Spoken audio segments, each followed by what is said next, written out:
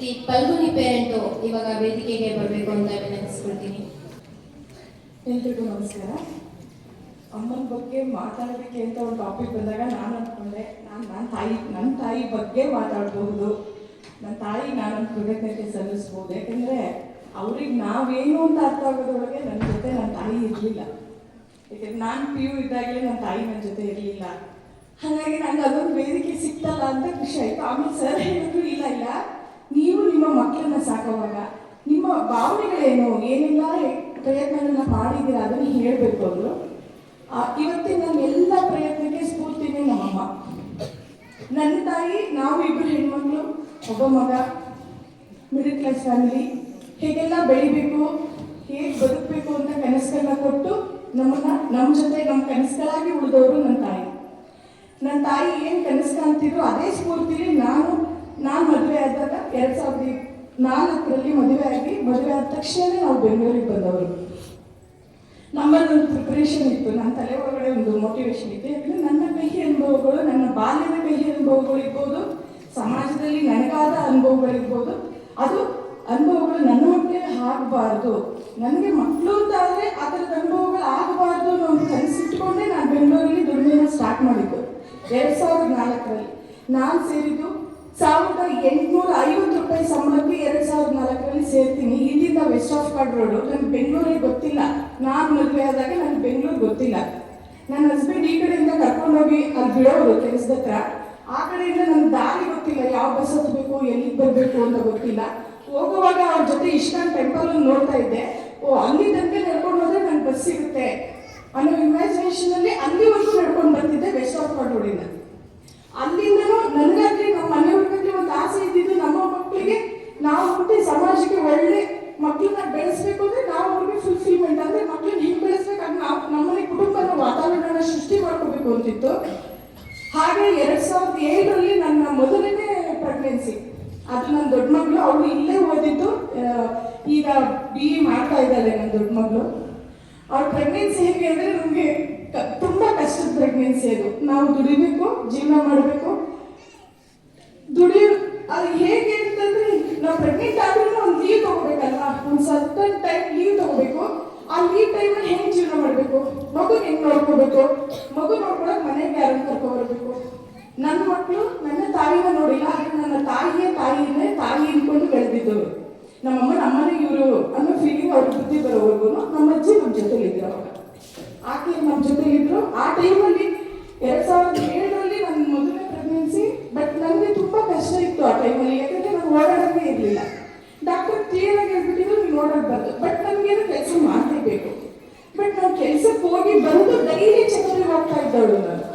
ಆ ಥರ ನನ್ನ ಹೊಟ್ಟೆ ನನ್ನ ಮಕ್ಕಳಿದ್ದಾಗ ನನಗೆ ಎಲ್ಲರಿಗೂ ಒಂದು ಫೀಲಿಂಗ್ ಇರುತ್ತೆ, ಹೆಣ್ಮಗುನ ಹೆಣ್ಮಗುನ ನಂಗೆ ಅನಿಸ್ತಿತ್ತು, ಗಂಡು ಆದರೆ ಶೋಲ್ಡರ್ ಮಾಡ್ಬಿಡ್ಬೇಕು. ಈ ಥರದ್ದೆಲ್ಲ ಕನಸುಗಳನ್ನ ಅವ್ರ ಹೊಟ್ಟೆಲಿ ಇದ್ದಾಗಲೇ ನಾನು ಬೈಕೆಗಳನ್ನ ಹುಟ್ಟಿಸ್ಕೊತಾ ಇದ್ದೆ. ಆ ಥರ ಮಾಡಬೇಕು, ಈ ಥರ ದುಡ್ಡು ಸಂಪಾದನೆ ಮಾಡಬೇಕಲ್ಲ, ನನ್ನ ಮಗು ನಾವು ಸಮಾಜದಲ್ಲಿ ಒಳ್ಳೆ ಸುಸಂಸ್ಕೃತನಾಗಿ ಮಾಡಬೇಕು. ಆ ಥರದ್ದೆಲ್ಲ ಕನಸುಗಳನ್ನ ಕಂಡುಕೊಂಡು ಮಕ್ಕಳನ್ನ ಆ ನಿಟ್ಟಲ್ಲೇ ಸಾಕೋದಕ್ಕೆ ನಾವು ತುಂಬ ಕಷ್ಟಪಟ್ಟಿದ್ದೀವಿ. ಮಕ್ಕಳಿಗೆ ಪ್ರತಿದಿನ ಮನೇಲಾಗ್ಬೋದು, ನಮ್ಮ ಜೊತೆಲೇ ಆಗ್ಬೋದು, ನಾವು ಕೊಡುವಂಥ ಸಂಸ್ಕಾರದಿಂದ ನಮ್ಮ ಮಕ್ಕಳು ನಾಳೆ ಸಮಾಜದಲ್ಲಿ ಒಳ್ಳೆಯವ್ರು ಆಗಬೇಕು ಅಂತ ತುಂಬ ಕಷ್ಟಪಟ್ಟು ಮಕ್ಕಳನ್ನ ಸಾಕಿದ್ದೀವಿ. ಹಾಗೆ ನಮ್ಮ ಮಕ್ಕಳು ಕೂಡ ಬೆಳೀತಾ ಇದ್ದಾರೆ ಅಂತ ನಾವು ಅಪ್ ಟು 7th ನಾನು ಹೆಂಗೆ ಅಂತ ಕೇಳ್ತಾ ಇರ್ತಾರೆ ಒಂದು ಮೋಲ್ಡ್ ಆಗಿ, ಅಮ್ಮ ಇದು ಮಾಡಬೇಕು ಅಂದಾಗ ಪ್ರತಿಯೊಂದು ಹಂತದಲ್ಲೂ ನಾವು ಅವ್ರನ್ನ ಗೈಡ್ ಮಾಡಿಕೊಂಡು, ನಾನು ಆ್ಯಕ್ಚುಲಿ ಕೆಲಸದಲ್ಲಿ ಇದ್ದಾಗ ಮಕ್ಕಳಿಗೆ ಯಾವುದೇ ಕಾರಣಕ್ಕೂ ಟೈಮ್ ಕೊಡೋಕೆ ಆಗ್ತಿರಲಿಲ್ಲ. ಯಾವ್ದಾದ್ರು ಪೇರೆಂಟ್ ಹೇಳಿದ್ರು, ನಾನು 3 ಸರಿ ಮನೆಗೆ ಬರಬೇಕಿತ್ತು.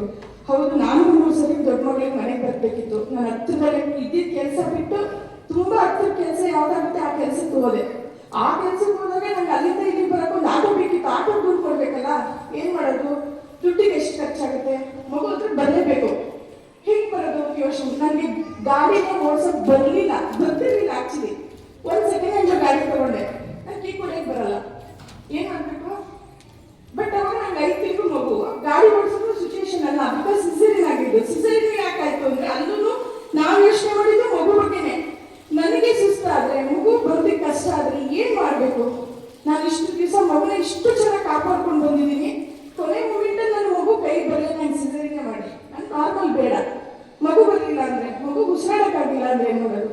ಈ ತರದ್ದೆಲ್ಲ ಪ್ರತಿ ಕ್ಷಣ ನಾವು ತಾಯಿಯಾಗಿದ್ಕೊಂಡು ನೀವು ಹೊಟ್ಟೆಲಿದ್ದಾಗ ಅಷ್ಟೇ ಅಲ್ಲ, ನೀವು ಆಚೆಗೆ ನೀವು ಸ್ಕೂಲಿಗೆ ಬರ್ಬೋದು, ಹೊರಗಡೆ ಪಕ್ಕದ ಮನೆಗೆ ಹೋಗ್ಬೋದು, ಎಲ್ಲೋ ಹೋಗ್ಬೋದು. ಪ್ರತಿ ಕ್ಷಣ ಪ್ರತಿ ನಿಮಿಷ ನಿಮ್ಮದು ಒಂದು ಸಣ್ಣ ನೋವು ಅವಮಾನಗಳು ಏನೇ ಆದ್ರೂ ಅದನ್ನ ನಾವು ಯೋಚನೆ ಮಾಡ್ತಾ ಇರ್ತೀವಿ. ನಮ್ಮ ಮಗಳಿಗೆ ಏನಾಗ್ಬೋದು, ನಮ್ಮ ಮಗಳಿಗೆ ಏನಾಗ್ಬೋದು, ನನ್ನ ಮಗ ಹಿಂಗ್ ಕಲ್ತು ಹೆಂಗಿರ್ತಾನೆ, ನನ್ನ ಮಗಳಿಗೆ ನಾನು ಎಸ್ಪೆಷಲಿ ಬೇರೆ ಹೆಂಗೋ ಏನೋ ಗೊತ್ತಿಲ್ಲ, ನಾನು ಪ್ರತಿ 24 ಗಂಟೆ ನನ್ನ ಕನಸಲ್ಲೂ ನನ್ನ ಮಕ್ಳ ಬಗ್ಗೆನೆ, ಇವನ್ ನನ್ನ ಡಿಸ್ಕಷನ್ ಅಲ್ಲೂ ನನ್ನ ಮಕ್ಳು, ಅದು ನನ್ನ ಮಕ್ಳು ತುಂಬಾ ಚೆನ್ನಾಗಿ ಗೊತ್ತಾಗುತ್ತೆ. ಈಗ ನನ್ನ ಜೊತೆಗೆ ತುಂಬಾ ಅವಶ್ಯಕ ಪೇರೆಂಟ್ಸ್ಗಳು ಇಲ್ಲೇ ಇದ್ದಾರೆ, ನನ್ನ ನೋಡಿದ್ದಾರೆ ನಾನು ಏನು ಅಂತ.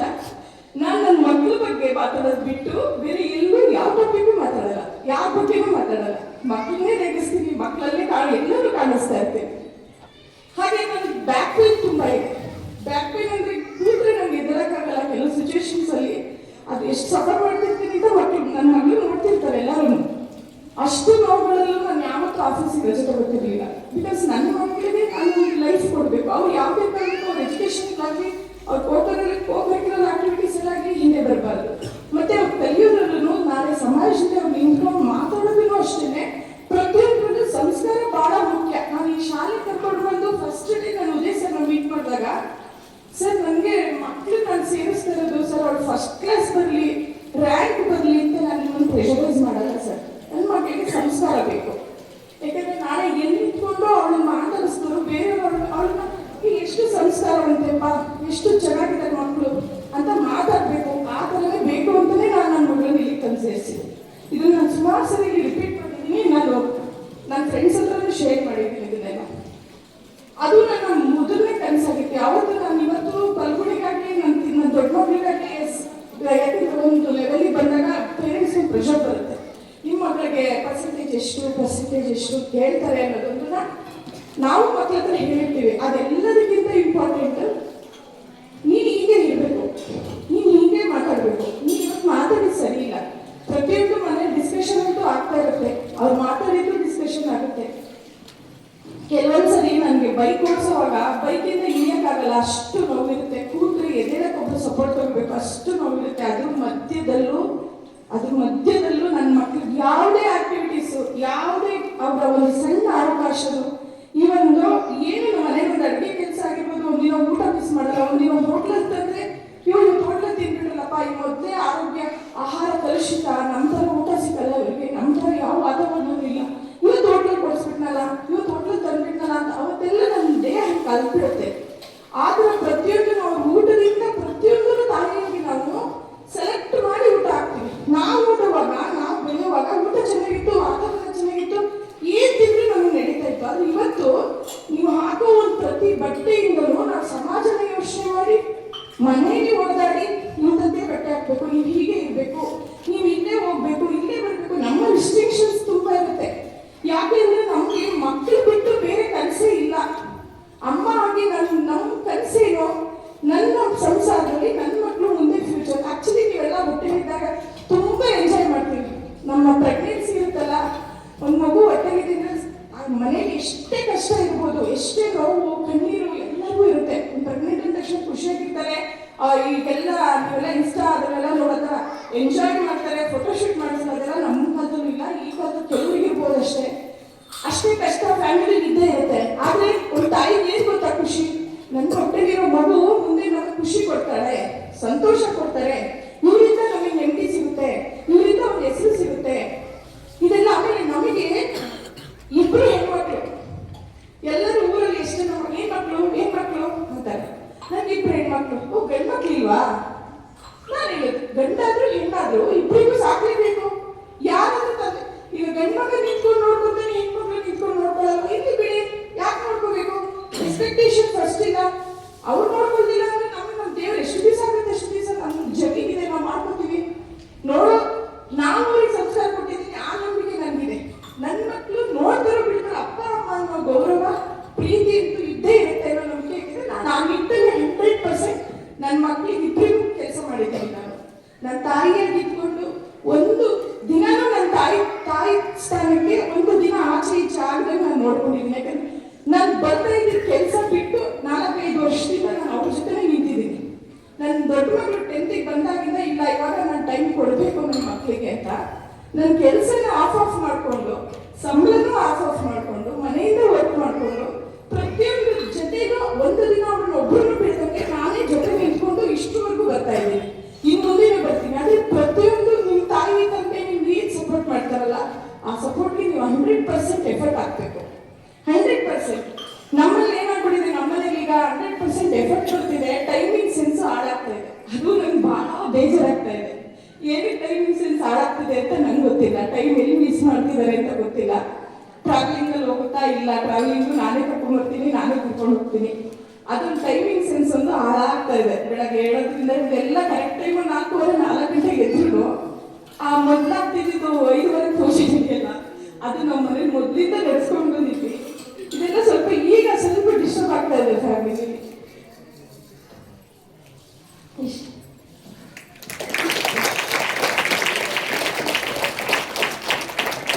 ಉತ್ತಮವಾಗಿ ಮಾತನಾಡಿರ್ತಕ್ಕಂಥ ಕಲ್ಪನೆಯವರ ತಾಯಿಯವರಿಗೆ ಧನ್ಯವಾದಗಳು. ಪದ್ಮಾ ಅವರು ಇವಾಗ ವೇದಿಕೆಗೆ ಬರಬೇಕು ಅಂತ ಕೇಳ್ಕೊಳ್ತಾ ಇದ್ದೀನಿ. ಎಲ್ರಿಗೂ ನಮಸ್ತೆ. ಮಗ 9th ಸ್ಟ್ಯಾಂಡರ್ಡ್ ಓದ್ತಿದ್ದಾನೆ. ಬಟ್ ಏನಂದರೆ 2nd 3rd ಸ್ಟ್ಯಾಂಡರ್ಡ್ವರೆಗೂ ಓದೋವರೆಗೂ ಒಂದು ಕನಸಿತ್ತು, ನನ್ನ ಮಗನು ಆ ಥರ ಕೆಲ್ಸಕ್ಕೆ ಹೋಗ್ಬೇಕು, ಚೆನ್ನಾಗಿ ಓದಬೇಕು ಅಂತೆಲ್ಲ ಇತ್ತು. ಬಟ್ ಅವಾಗೆಲ್ಲ ಚೆನ್ನಾಗೇ ಓದ್ತಾ ಇದ್ದ. ಬಟ್ ಆಮೇಲೆ ಒಂದು 3rd ಸ್ಟ್ಯಾಂಡರ್ಡ್ 4th ಸ್ಟ್ಯಾಂಡರ್ಡ್ ಆದಮೇಲೆ ನಮಗೆ ಒಂದು ನಮ್ಮ ಫ್ಯಾಮಿಲಿಯಲ್ಲಿ ಒಂದು ಹೆಲ್ತ್ ಇಶ್ಯೂ ಆಯಿತು ನಮ್ಮ ಹಸ್ಬೆಂಡ್ಗೆ. ಬಟ್ ಅದು ನಮಗೆ ತುಂಬ ಹೊಡೆದಿದಂತೆ ನಮ್ಗೆ ಅದೇನೆ. ಬಟ್ ನನ್ನ ಮಗಂದು ಒಳ್ಳೆ ಗುಣ ಏನಂದರೆ, ಅವನು 3rd ಸ್ಟ್ಯಾಂಡರ್ಡ್ ಇದ್ದಾಗಿಂದನು ಸ್ವಲ್ಪ ಎಲ್ಲ ಸಪೋರ್ಟಿಂಗ್ ಆಗಿ, ಅಂದರೆ ನಾವೆಲ್ಲ ಬಿಟ್ಟು ಅಜಿತ್ ಹತ್ರ ಬಿಟ್ಟು ಅಡ್ಜಸ್ಟ್ ಆಗ್ತೀರಾ. ಬಟ್ ಏನು ಆ ಥರ ಎಲ್ಲ ಕಷ್ಟ ಕೊಡಲಿಲ್ಲ ನಮಗೆ ಅವಾಗ. ಅದಾದಮೇಲೆ ನಾವು ಬೆಂಗಳೂರು ಬಿಟ್ಟು ನಮ್ಮ ಹಸ್ಬೆಂಡು ಮತ್ತೆ ಸತ್ತು ಹುಟ್ಟಿರೋ ಥರ ಆಗಿತ್ತು ಅವಾಗ ನಮಗೆ. ಬಟ್ ನಮಗಿಲ್ಲಿ ಆಗಲ್ಲ ಅಂತೇಳಿ ಅಮ್ಮ ಮನೆಗೆ ಶಿಫ್ಟ್ ಆದ್ವಿ. ಬಟ್ ಆ ಸಿಚುವೇಶನಲ್ಲಿ ನಮಗೆ ನಮ್ಮ ರಿಲೇಷನ್ ಆಗಲಿ ನಮ್ಮ ಅಣ್ಣ ಆಗಲಿ ತುಂಬಾ ಕಷ್ಟ ಕೊಟ್ಟರು. ಬಟ್ ಯಾರು ರಿಲೇಷನ್ ಆಗಲ್ಲ ಅನ್ನೋದು ಆ ಟೈಮಲ್ಲಿ ನಮಗೆ ಗೊತ್ತಾಯಿತು. ಬಟ್ ಫ್ರೆಂಡ್ಸು, ನಮ್ಮ ಯಜಮಾನ ಫ್ರೆಂಡ್ಸು ನನಗೆ ಅಣ್ಣ ಆಗಿ ನಿಂತ್ಕೊಂಡು, ಅದು ದೀಕ್ಷಿತ್ ಅವ್ರ ಅಪ್ಪ ಅಂತ ಹೇಳಕ್ಕೆ ಇಷ್ಟಪಡ್ತೀನಿ. ಬಟ್ ಅದಾದಮೇಲೆ ನಂಗೆ ಅಲ್ಲಿ ನದಿ ಸಿಚುವೇಶನ್ನು, ಕೆಲಸ ಇಲ್ಲ, ದುಡಿಮೆ ಇಲ್ಲ, ನಮಗೆ ಆಸ್ತಿ ಎಲ್ಲ ಅಂತ ಏನಿಲ್ಲ, ನಾವಿಬ್ಬರು ದುಡಿ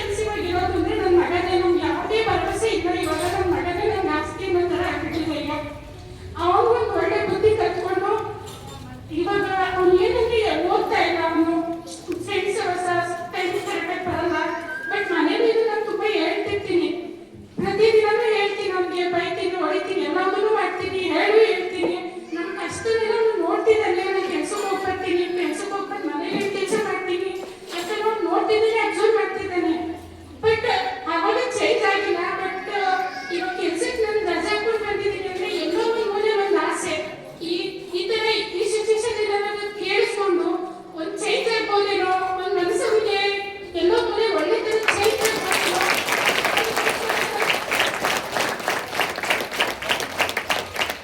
ಹೇಳ್ತಿರ್ತೀನಿ. ಯಾವಾಗ ಹೇಳ್ತೀನಿ ಅವ್ರ ಅಪ್ಪನೇ ಹೇಳ್ತಾರೆ. ಇವಾಗ ಅವ್ರ ಅಪ್ಪನೇ ಒಂದು ಸ್ಟೇಬಲ್ ಆಗಿದ್ದಾರೆ ದೇವ್ರ ಕೈಯಿಂದ. ಬಟ್ ಅವ್ರ ಕೆಲಸನೂ ಅದೇ ಆಗಿರೋದು. ಅವರು ಹೇಳ್ತಾನೆ ಇರ್ತಾರೆ ಡೈಲಿ. ಬಟ್ ಅವ್ರಿಗೆ ಯಾಕೋ ಗೊತ್ತಿಲ್ಲ ಚೇಂಜ್ ಆಗಿಲ್ಲ. ಬಟ್ ಈ ವೇದಿಕೆಯಲ್ಲಿ ನಾನು ಹೇಳ್ಕೊಂಡ್ರೆ ಅವ್ರಿಗೆ ಏನಾದರೂ ಚೇಂಜ್ ಆಗ್ತಾನೇನೋ ಯಾವುದೋ ಒಂದು ಮೂಲೆಯಲ್ಲಿ ಅನ್ನೋದು ನಾನು ಅದೊಂದೇ ಉದ್ದೇಶಕ್ಕೋಸ್ಕರ ನಾನು ಅಸಕ್ಕೊಂಡು ಇಲ್ಲಿವರೆಗೂ ಬಂದಿದ್ದೀನಿ. ನಮ್ಗೇನು ಬೇರೆ ಕನಸು ಆಸೆ ಮತ್ತು ಬೇರೆ ಇಲ್ಲ. ತುಂಬಾ ಕಷ್ಟ ಅಂದ್ರೆ ತುಂಬಾನೇ ಕಷ್ಟ ನೋಡ್ ಬಂದಿದ್ದೀವಿ. ಅದೇನು ಕಷ್ಟ ಅನ್ನಿಸ್ತಿಲ್ಲ ಈ ಸೆಕೆಂಡ್ಗೆ ನಮ್ಗೆ. ಬಟ್ ನನ್ನ ಮಗ ಒಬ್ಬ ಒಳ್ಳೆ ಬುದ್ಧಿ ಕಲ್ತ್ಕೊಂಡು ಒಳ್ಳೆ ಸಂಸ್ಕಾರ ಕಲ್ತ್ಕೊಂಡು ಅವ್ನು ಒಂದು ಒಳ್ಳೆ ಎಜುಕೇಶನ್ ಮಾಡಿದ್ರೆ ನಮ್ಗೆ ಅದಷ್ಟು ಖುಷಿ. ಆ ಕಷ್ಟ ಎಲ್ಲ ಮರ್ತೋಗುತ್ತೆ ಬೇಗ. ನನ್ನದು ಮತ್ತೊಂದು ಎಲ್ಲ ಮರ್ತೋಗುತ್ತೆ.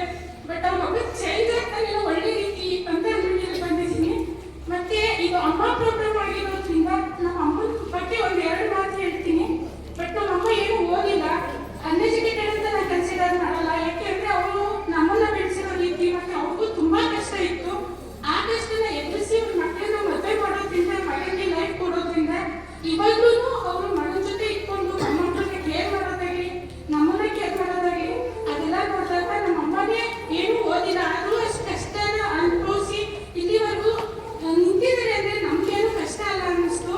ಹಂಗಾಗಿ ನಮ್ಮ ಅಮ್ಮಗೂ ಥ್ಯಾಂಕ್ಸ್ ಹೇಳ್ತೀನಿ. ನಮ್ಮ ಅಮ್ಮನೇ ನನಗೆ ಇನ್ಸ್ಪಿರೇಷನು.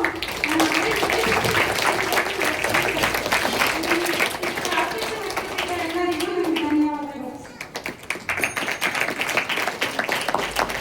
ಮನಸ್ಸಿನ ಭಾವನೆಗಳನ್ನು ವ್ಯಕ್ತಪಡಿಸಿರ್ತಕ್ಕಂಥ ಪದ್ಮ ಅವರಿಗೆ ತುಂಬು ಹೃದಯ ಧನ್ಯವಾದಗಳು.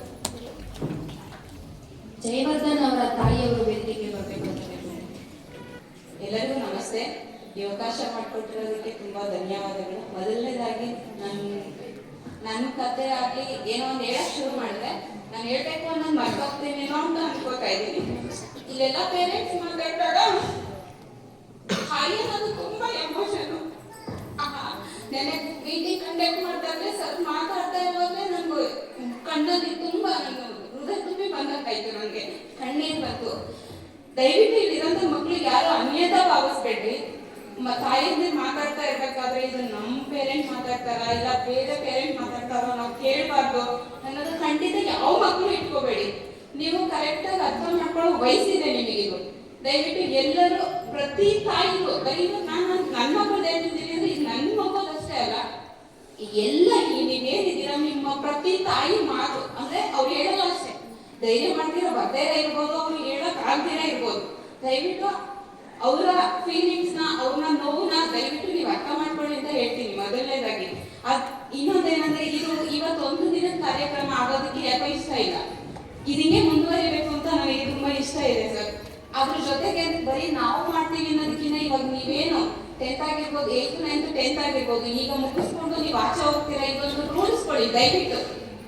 ಎಲ್ಲೋ ಒಂದ್ ಕಡೆ ಇಲ್ಲೇ ಬಂದ್ ಮಾಡಿ ಇಲ್ಲ ಇನ್ನೊಂದ್ ಕಡೆ ಮಾಡಿ ಈ ತರ ಇದನ್ನೇ ಮಾಡಿ ಈ ತರ ಮಾಡಿ ಅಂತಲ್ಲ, ಇಂಥ ಒಂದು ಪ್ರೋಗ್ರಾಮ್ ನ ಮಾಡಕ್ಕೆ ನೀವು ಇಲ್ಲಿ ಒಂದು 20 ಜನ ಇದ್ದೀರಾ ಅಂದ್ರೆ ಒಂದ್ 2 ಮಾಡಿ. ಆ 2 ಜೊತೆಗೆ ಯಾರಾದ್ರೂ ಹಂಗೆ ಇನ್ನೂ ಸೇರ್ಕೊಂಡು ಮಾಡಿ. ಇದು ತುಂಬಾ ಒಳ್ಳೆ ಕಾರ್ಯಕ್ರಮ. ಇವತ್ತು ನೀವು ಮಾಡಿದ್ದೀರಾ ಅಂದ್ರೆ ಮುಂದೆ ಸಮಾಜ ತುಂಬಾ ಒಳ್ಳೇದಾಗಿ ಬೆಳೆಯುತ್ತೆ. ಈಗ ಅಂತೂ ಸಮಾಜ ಮೊದಲಿನ ತರ ಇಲ್ಲ. ನಾವು ಬೆಳ್ತಿರೋಂಗೆ ಇಲ್ಲಾಂದ್ರೆ ನಮ್ಮ ತಾಯಿಯವ್ರು ಬೆಳ್ದಿರೋದಂತೂ ಇವಾಗ ಕಾಲ ಇಲ್ಲ.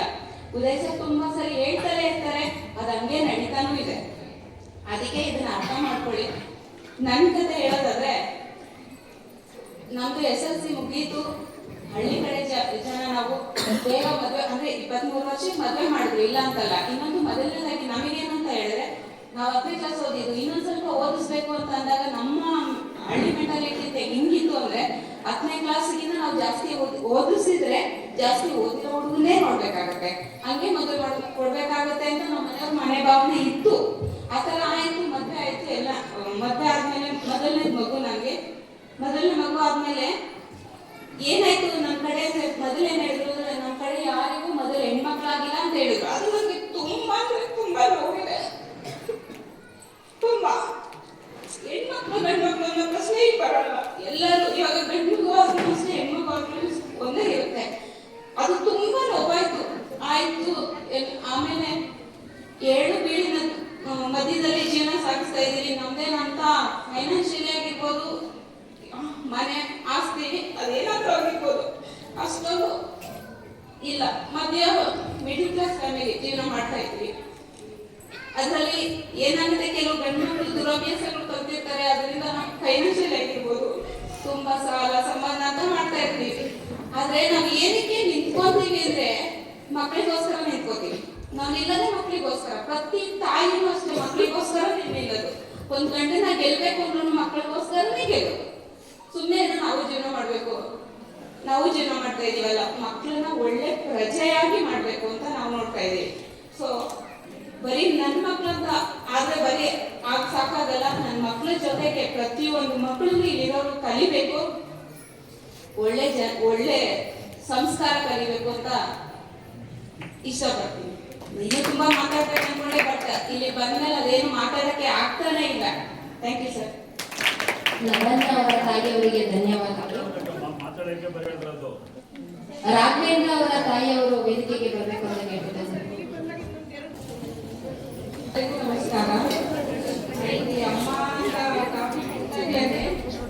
ನನಗೆ ಮಾತಾಡಕ್ಕೆ ಬೈದಿಂದ ಸ್ಟೇಜ್ ಮೇಲೆ ಇಲ್ಲ. ಸ್ಟೇಜ್ ಮೇಲೆ ಬಂದು ಮಾತಾಡಕ್ಕೆ ಆಗಲ್ಲ ಅಂತಾನೆ ಹೆಸರು ಕೊಟ್ಟಿದ್ದಿಲ್ಲ. ನಾನು ಇಲ್ಲಿ ಬಂದ ಮೇಲೆ ನನಗೆ ನಿಂತ್ಕೊಂಡು ಮಾತಾಡ್ತಾ ಇರೋದು. ಆದರೆ ಆ ಟಾಪಿಕ್ ಬಂದು ಮಗು ಹೊಟ್ಟೆಯಲ್ಲಿ ಬಿದ್ದಾಗಿಂದ ನಿಮ್ಮ ಅನುಭವ ಏನು ಅಂತ ಹೇಳ್ತಿದ್ದಾರೆ. ಆದರೆ ನಮ್ಮ ಕನಸು ಮದುವೆ ಅನ್ನೋ ಕನಸಿಂದ ಶುರು ಆಗುತ್ತೆ. ಆ ಕನಸು ಆದಮೇಲೆ ಮೊದಲನೇ ಮಗು ಪ್ರೆಗ್ನೆನ್ಸಿ ಇದ್ದಾಗ ತುಂಬ ಕನಸಿತ್ತು. ಅದು ತುಂಬ ಖುಷಿ ಆಗುತ್ತೆ. ಅದು ಬೆಳೀತಾ ಬೆಳೀತಾ ನಮ್ಮನ್ನ ಕೇರ್ ಮಾಡೋ ರೀತಿ, ನಮ್ಮನ್ನ ಎಷ್ಟು ಮುತುವರ್ಜಿಯಿಂದ ನೋಡ್ಕೊತಾರೆ ಅಂದರೆ ನಮಗೆ ಖುಷಿ ಆಗುತ್ತೆ. ಅವ್ರು ನಮ್ಮನ್ನ ಊಟದಿಂದ ಹಿಡಿದು ಮಲ್ಕೋವರೆಗೂ ತುಂಬ ಆರೈಕೆ ಮಾಡ್ತಾರೆ. ಅದೊಂಥರ ಖುಷಿ ಇರುತ್ತೆ. ಆಮೇಲೆ ಮಗು ಹೊಟ್ಟೆಯಲ್ಲಿ ಇರುವಾಗಲೂ ಅಷ್ಟೇನೆ, ಆ ಮಗು ಆಟ ಪಾಠ, ನಾವು ಒಂದು ಸ್ವಲ್ಪ ಊಟದಲ್ಲಿ ಏನಾದರೂ ವ್ಯತ್ಯಾಸ ಆಯಿತು, ಲೇಟ್ ಆಯಿತು ಅಂದರೆ ಆ ಅನುಭವ ಒಳಗಡೆ ಆಗೋ ಅನುಭವ. ನಾನು ಒಂದ್ಸಲ ಬೇಕಂತಾನೆ ಲೇಟಾಗಿ ಊಟ ಮಾಡ್ತಿದ್ದೆ. ಆ ಒದ್ದಾಟ ಮಗುದು ನಾನು ಕೇಳ್ಕೋಬೇಕು ಅಂತ ನನಗೆ ಖುಷಿ ಆಗ್ತಾ ಇತ್ತು. ನನಗೆ ಕಾಲುಗಳು ಕೈಗಳು ಎಲ್ಲೆಲ್ಲಿರುತ್ತೆ, ಎಲ್ಲೆಲ್ಲಿ ಬರುತ್ತೆ, ಕರೆದು ತೋರಿಸೋದು. ನಾವಾದ್ರೂ ವಯಸ್ಸು ಮೊದಲನೇ ಮಗು ಅನುಭವ ಯಾರಿಗೂ ಆಗಿರಲ್ಲ. ಆದ್ರೂ ಆ ಅನುಭವ ನಾವು ಸಣ್ಣ ವಯಸ್ಸಲ್ಲೇ ಅನುಭವಿಸ್ತಾ ಇರ್ತೀವಿ. ನಾವು ಆ ಖುಷಿನೇ ಬೇರೆ ಇರುತ್ತೆ. ಆಮೇಲೆ ನಮ್ಮ ಮನೇಲಿ ನಮ್ಮ ಜೊತೆಲಿರೋರು, ನಮ್ಮ ಯಜಮಾನರಾಗಲಿ, ಅಜ್ಜಿ ತಾತ ಆಗಲಿ, ನಮ್ಮ ಜೊತೆ ಅಣ್ಣ ತಮ್ಮ ಅಕ್ಕ ಅಮ್ಮ ಎಲ್ಲರೂ ಅಷ್ಟೇನೆ ಅದಕ್ಕೆ ಏನೋ ಒಂದು ರೀತಿಲಿ ಅನುಭವಿಸ್ತಿರ್ತಾರೆ. ಅವ್ರನ್ನ ಹುಷಾರಾಗಿ ನೋಡ್ಕೋಬೇಕು ಅನ್ನೋದಾಗಲಿ, ಅವ್ರ ಟೈಮ್ ಸರಿಗೆ ಮಾತ್ರೆ, ಹಣ್ಣು ಹಂಪಲು ಹಾಲು ಊಟ ಎಲ್ಲ ಕೊಡೋದ್ರಿಂದ ನಮ್ಮನ್ನ ಎಷ್ಟು ಚೆನ್ನಾಗಿ ನೋಡ್ಕೊತಾರೆ ಅಂದರೆ, ನಮ್ಮ ತಾಯಿನೂ ನಮ್ಗೆ ಈ ಥರ ಇಷ್ಟು ಚೆನ್ನಾಗಿ ನೋಡ್ಕೊಂಡಿದ್ರ ನಮ್ಗೆ ಇಷ್ಟೊಂದೆಲ್ಲ ನಮಗೆ ಸುಖ ಕೊಡ್ತಾರೆ. ನಮ್ಗೆ ಇಷ್ಟೊಂದೆಲ್ಲ ಖುಷಿ ಅನುಭವ ಇದೆ ಈ ಪ್ರೆಗ್ನೆನ್ಸಿಲಿ, ಈ ಮಗುನಲ್ಲಿ ಅಂತ ಅಷ್ಟು ಖುಷಿಯಾಗಿರುತ್ತೆ. ಆಮೇಲೆ ಒಂದೊಂದ್ಸಲ ನೆನೆಸ್ಕೊಂಡ್ರೆ ಆ ಮಗು ಆಚೆ ಬರೋದು ಯಾರನ್ನಾದ್ರೂ ನೋಡ್ತಾ ಇದ್ರೆ ಭಯ ಆಗ್ತಾ ಇತ್ತು ನಮಗೆ. ನೀವು ಇಷ್ಟೆಲ್ಲ ಕಷ್ಟ ಆಗುತ್ತಾ ಇದು ಅಂತ. ಆ ಕಷ್ಟದಲ್ಲೂ ಆ ನೋವಲ್ಲೂ ಮಗು ಮುಖ ನೋಡಿದಾಗ ಆ ಟೈಮಲ್ಲಿ ನಮಗೆ ಎಷ್ಟು ಖುಷಿ ಆಗುತ್ತೆ ಅಂದರೆ, ಆ ಅಳು ಕರ್ಕೊಂಬಂದು ಆ ಡಾಕ್ಟ್ರು ಕರ್ಕೊಂಬಂದು ಮುಖ ತೋರಿಸಿದಾಗ ಆ ನೋವೆಲ್ಲ ಮರ್ತೋಗುತ್ತೆ. ಆ ನೋವಿಗೆ ಏನು ಇಷ್ಟೆಲ್ಲ ನೋವು ಪಟ್ಟಿದ್ದ ಇಷ್ಟೇ ಅಲ್ವಾ.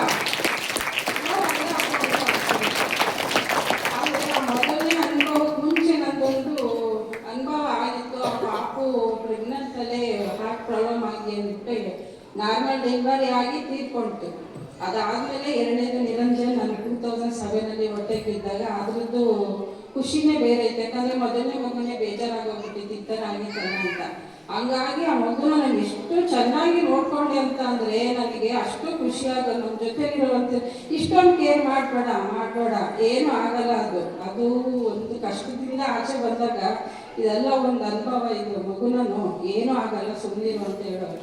ನಂಗೆ ಯಾರ್ಯಾರು ಕೊಡಬೇಕಾದ್ರೆ ಊರುಗಳಿಗೆ ಹೋದರೆ ಅವರೆಲ್ಲ ಎತ್ಕೊಂಡು ಹೋದ್ರೆ ಸಾಕು, ಇಲ್ಲ ಕೊಡಿ ನಾನೇ ನೋಡ್ಕೊತೀನಿ ಅಂತ ಅನ್ಕೊತಿದ್ದೆ. ಯಾಕಂದರೆ ಅಷ್ಟು ಖುಷಿ ಆಗ್ತಿತ್ತು. ಆಮೇಲೆ ಆ ಮಗು ಬೆಳೀತಾ ಇನ್ನೂ ವಿಷಯಗಳು ತುಂಬ ಇದ್ದಾವೆ. ಆಮೇಲೆ ಅದನ್ನು ಎತ್ತಿ ಮುದ್ದಾಡೋದಾಗಲಿ, ಆ ಮಗು ಓಡ್ ಬಂದು ಏನೇ ಯಾರು ಎಷ್ಟೇ ನೋಡ್ಕೊಂಡು ಎಷ್ಟೇ ಇದು ಮಾಡಲಿ ಅಮ್ಮ ಅಂತ ಓಡ್ ಬರುತ್ತಲ್ಲ, ಅದು ಭಾಳ ಖುಷಿ ಆಗ್ತೈತೆ. ಅಪ್ಪ ಅಮ್ಮ ಜೊತೆಗೆ ಬಿಟ್ಟರೆ ಅದು ತುಂಬ ಹಚ್ಕೊಳ್ಳೋದಂದ್ರೆ ಅಜ್ಜಿ ತಾತ ಜೊತೆಗಿರೋರು. ಮೊದಲನೇ ಪ್ರಿಫರೆನ್ಸ್ ಕೊಡೋದೇ ಅಮ್ಮನಿಗೆ. ಅದು ಫಸ್ಟ್ ಕಣ್ಣು ಇದು ಮುಖ ಎಲ್ಲ ನೋಡೋದೇ ಅಮ್ಮನ್ನ. ಅದಕ್ಕೆ ಅಶ್ವಾದಾಗ ಅಮ್ಮ ನೋಡುತ್ತೆ ಅಲ್ವಾ, ಬೇರೆ ಇನ್ನೇನು ಇಲ್ಲ. ಅದು ಬೆಳೀತಾ ಆಮೇಲೆ ಅದು ಆಟ ಪಾಠಗಳು ನೋಡಿ ಖುಷಿ ಪಡ್ತೀವಿ. ಆಮೇಲೆ ನಾನು ಮೊದಲಿನಿಂದ ಕಂಡೋಳೆಲ್ಲ ಮಗುನ ಆ ಥರ ಬೆಳೆಸ್ಬೇಕು, ಈ ಥರ ಬೆಳೆಸ್ಬೇಕು, ಅಷ್ಟು ದೊಡ್ಡ ವ್ಯಕ್ತಿಯನ್ನು ಮಾಡಬೇಕು ಅಲ್ಲ. ಯಾಕಂದ್ರೆ ಸಣ್ಣ ವಯಸ್ಸು, ನಮಗೂ ಅದ್ರ ಬಗ್ಗೆ ಅನುಭವ ಇರಲ್ಲ. ಅದ್ರ ಜೊತೆಗೆ ನಾವು ಇನ್ನೂ ಸೆಟಲ್ಡ್ ಆಗಿರಲಿಲ್ಲ. ಆ ಇದರಲ್ಲಿ ಫೋಕಸ್ ಮಾಡ್ಕೊಂಡು ಮಕ್ಕಳನ್ನ ನಾವು ಯಾವ ಥರ ಬೆಳೆಸ್ಬೇಕು, ನಮ್ಮ ಫೈನಾನ್ಷಿಯಲಿ ಪ್ರಾಬ್ಲಮಿಂದ ಯಾವ ಥರ ನೋಡ್ಕೋಬೇಕು ಅಂತ ಕನ್ಸ್ಕೊಳ್ತೀವಿ ಹೊತ್ತು ಹಾಗೆ ಮಾಡಬೇಕು ಹೀಗೆ ಮಾಡಬೇಕು ಅಂತಿದ್ರಲ್ಲ. ಯಾಕಂದ್ರೆ ನನ್ನ ಜೊತೆ ನಮ್ಮ ಯಜಮಾನರು ಅಷ್ಟೇ ಪಾಪ ಅವರು ಸೆಟ್ಲ್ ಆಗಬೇಕು ಮಕ್ಕಳು. ನಾವು ಇವಾಗ ಇಬ್ರು ಕೆಲ್ಸಕ್ಕೆ ಹೋಗ್ತಾ ಇದ್ವಿ. ಮಗು ಆಗಿದ ತಕ್ಷಣ ನಾನು ಕೆಲಸ ಬಿಟ್ಟೆ. ನನಗೊಂದು ಖುಷಿ ಏನಪ್ಪ, ಮಗು ಅದೇ ಕೆಲಸ ಬಿಡ್ಬೋದಲ್ಲ, ಮನೆಗೆ ಹೋಗೋದಲ್ಲ ಅನ್ನೋದೊಂದು ಖುಷಿ ಇತ್ತು. ನಮ್ಮ ಮನೇಲಿ ಅದಕ್ಕೆ ಸಪೋರ್ಟ್ ಮಾಡಿದ್ರು ಪಾಪ. ಅವರೇ ಮಗು ಆಗಿದ ತಕ್ಷಣ ಅವ್ರಿಗೆ ಗೊತ್ತಾರೆ ಏನೋ ಲಕ್ಕು ಅಂತಾನೆ ಹೇಳ್ಬೇಕು. ಆಗಿದ ತಕ್ಷಣ ನಮ್ಮ ಯಜಮಾನರು ಒಂದೊಂದು ಸ್ಟೆಪ್ ಬೈ ಸ್ಟೆಪ್ ಮೇಲೆ ಬಂದರು. ಅದಂತೂ ಸುಳ್ಳಲ್ಲ ಅದು. ಅದೇ ಯಾಕಂದರೆ ನನ್ನ ಮಕ್ಕಳು ಆಮೇಲೆ ಅದಾದಮೇಲೆ ನಾವು ಬಾಡಿಗೆ ಮನೆಯಲ್ಲೇ ಬಂದ್ವಿ. ನಾವು ಬಾಡಿಗೆ ಸ್ಟೆಪ್ ಬೈ ಸ್ಟೆಪ್ 1,000 ಬಾಡಿಗೆಯಿಂದ ಹಿಡಿದು 3 ಲಕ್ಷ ಲೀಸ್ವರೆಗೂ ಬಂದ್ವಿ. ಆಮೇಲೆ ಸ್ವಲ್ಪ ಮನೆ ಮಾಡ್ಕೊಂಡಿದ್ವಿ, ಅದು ಬೇರೆ ವಿಷಯ. ಆದರೆ ಮಾತ್ರ ನಮ್ಮ ಫೈನಾನ್ಷಿಯಲಿ ಪ್ರಾಬ್ಲಮ್ ಇಂಪ್ರೂವ್ ಜೊತೆಗೆ ನಮ್ಮ ಮಕ್ಕಳನ್ನು ಬೆಳೆಸ್ಕೊತಾ ಬಂದ್ವಿ. ಆದರೆ ಮಕ್ಕಳು ಯಾವುದೇ ರೀತಿ ನಮಗೇನು ಬೇಜಾರು ಮಾಡಿಲ್ಲ. ಅವ್ರ ಎಜುಕೇಷನ್ನು ಚೆನ್ನಾಗಿತ್ತು. ಯಾಕಂದರೆ ಹತ್ತಿರ ಸ್ಕೂಲ್ ಇದೆ ಅಂತ ಇಲ್ಲೇ ಸೇರಿಕೊಂಡು ಇದ್ವಿ. ಸ್ವಲ್ಪ ದೂರ ಹೋಗಿದ್ದೀವಿ ಅಷ್ಟೇ. ಈಗ ಮಕ್ಕಳು ಸ್ಟೆಪ್ ಬೈ ಸ್ಟೆಪ್ ಅವರೆಲ್ಲ ಸ್ಕೂಲಲ್ಲಿ ಏನಾದರೂ ಒಂದು ಪ್ರೋಗ್ರಾಮ್ ಮಾಡಿದ್ರೆ ಅವ್ರ ಜೊತೆ ನಾವು ಬರೋದು, ಮಕ್ಕಳ ಜೊತೆಯಾಗಿ ನಾವು ಓದ್ಕೊಳ್ತಾನೆ ಬಂದ್ಬಿಟ್ವಿ ನಿಸರ್ಗದಲ್ಲಿ. ಫಸ್ಟು ಪ್ರೀ ನರ್ಸರಿಯಿಂದ ನಾವು ಮಕ್ಕಳಿಗೆ ಹೆಜ್ಜೆ ಇಟ್ಟಾಗಿದ್ದ ಈಗಲೊಂದು ಮಕ್ಕಳು ಏನೇನು ಆಕ್ಟಿವಿಟೀಸ್ ಓದೋದು ಅವರು ಸ್ಕೂಲ್ ಒಳಗಡೆ ಮಾಡ್ತಾರೆ. ಆದರೆ ನಾವು ಎಲ್ಲ ಜೊತೆಗೂ ಅವ್ರ ಜೊತೆಲೇ ಇಟ್ಟು ಬಂದಿದ್ದೀವಿ ನಾವು. ಅದು ನಿಸರ್ಗದ ಥ್ಯಾಂಕ್ಸ್ ಹೇಳ್ತೀವಿ. ಆದರೆ ಮಕ್ಕಳ ಅನುಭವದಲ್ಲಿ ಮಾತ್ರ ತುಂಬ ಖುಷಿ ಪಟ್ಟಿದ್ದೀವಿ. ಮಕ್ಕಳು ತುಂಬ ನಮಗೇನು ಆಸೆ ಇರಬೇಕು ಅಂತಂದರೆ ಎಜುಕೇಷನ್ ಬೇಕು. ನಾಳೆ ದಿವಸ ಅವರು ಒಂದು ಒಳ್ಳೆ ಸ್ಥಾನದಲ್ಲಿ ಇರಬೇಕು ಅನ್ನೋದು ಆಸೆ. ಮತ್ತು ಅವರು ಸುಸಂಸ್ಕೃತವಾಗಿ ಜೀವನ ಮಾಡೋಕ್ಕೆ ಸಾಕಪ್ಪ ಅನ್ನೋ ಜೀವನ ಮಾಡಬೇಕು ಅಷ್ಟೇ. ಅವರು ಜೀವನ ಮಾಡಬೇಕು. ಅವರು ನೆಕ್ಸ್ಟು ಮುಂದಿನ ಜೀವನ ಅವರು ಸುಖವಾಗಿರಲಿ, ಚೆನ್ನಾಗಿರಲಿ ಅಂತ ಅನ್ನೋದು ಆಸೆ ಇದೆ ನಮಗೆ. ಅದು ನಾವೆಲ್ಲ ಸಪೋರ್ಟು ಮಾಡ್ತೀವಿ. ನಾವು ಕಷ್ಟದಿಂದ ಬೆಳೆಸಿಲ್ಲ ಅದಂತೂ ಹೇಳ್ತೀವಿ. ಅವ್ರ ಕಷ್ಟ ಏನೂ ಗೊತ್ತಿಲ್ಲ. ಜೀವನ ಅವರು ಮುಂದೆ ಕಷ್ಟ ಕೊಡುತ್ತೋ ಸುಖ ಕೊಡುತ್ತೋ ಗೊತ್ತಿಲ್ಲ. ಅವ್ರ ಜೀವನ ಅವ್ರ ಪಾಠ ಕಲಿಸುತ್ತೆ. ಅವ್ರು ಚೆನ್ನಾಗಿ ಜೀವನ ಮಾಡಬೇಕು ಅಂತ ನಮಗೂ ಆಸೆ ಇದೆ. ಅವ್ರಿಗೆ ಏನು ಬೇಕೋ ಅದು ನಾವು ಕೊಡೋಕ್ಕೆ ತಯಾರಿದ್ದೀವಿ. ಅದು ನಮಗೇನಪ್ಪ ಅಂದರೆ ಅವರು ಒಳ್ಳೆ ಜೀವನ ನಡೆಸಬೇಕು, ಒಳ್ಳೆ ಸ್ಥಾನದಲ್ಲಿ ಬರಬೇಕು ಅನ್ನೋದು ಮಾತ್ರ ತುಂಬ ಆಸೆ ಇದೆ. ನಾವು ಅವ್ರನ್ನ ಮಕ್ಕಳಾಗಿ ಬೆಳೆಸಿರ್ತೀವಿ. ನಮ್ಮನ್ನ ಅವ್ರು ಮಕ್ಕಳಾಗಿ ನೋಡ್ಕೋಬೇಕಷ್ಟೆ. ಅವರು ಯಾವಾಗ ಪೇರೆಂಟ್ ಆಗ್ತಾರೆ ಅವ್ರು ನಮ್ಮನ್ನ ಮಕ್ಕಳಾಗಿ ನೋಡ್ಕೋಬೇಕು ಅನ್ನೋದೇನೆ ಆಸೆ ನನಗೆ, ಮತ್ತೇನಿಲ್ಲ.